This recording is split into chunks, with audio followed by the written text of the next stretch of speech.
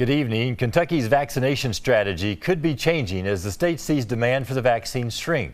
You could see smaller clinics replace large vaccination sites, and more doctors' offices are working to get access to the vaccine. Victor Puente explains why this could help ease some vaccine hesitancy, first on Fox. Dr. John Richard told me he applied months ago to get a supply of COVID vaccine for his patients. So far, he's still waiting. Several patients a day ask that when are we going to get it, and they make the comment specifically that they're going to wait for us to be able to do it. He told me a majority of his unvaccinated patients said they intended to get vaccinated, but they wanted it to come from his office. I think most of us who do primary care in our community can easily have a list of patients that are good candidates. A poll released earlier this week by the Foundation for a Healthy Kentucky shows that 95% of Kentuckians trust their physician or health care provider.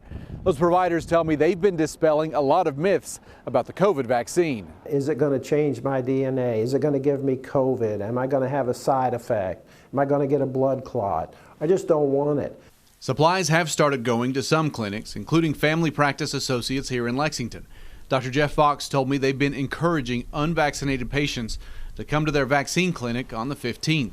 Do talk to somebody you trust. Talk to your family doctor. Address those concerns specifically, because overall I think it's a safe thing to do. State leaders have said they understand how important it is to get the vaccine to family doctors. We have just recently activated, within the last week or so, probably about 500 medical offices.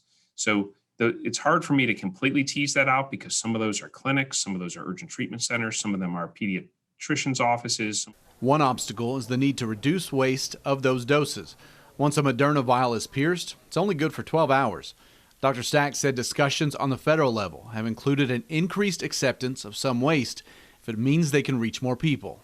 There's an understanding additional waste will have to be accepted in order to reach people in a lot more settings and locations that are lower volume. In Lexington, Victor Puente, Fox 56 10 o'clock news. Dr. Stack says if the Pfizer vaccine is approved for children 12 and up next week, that could be an additional 400,000 Kentuckians eligible for the shot.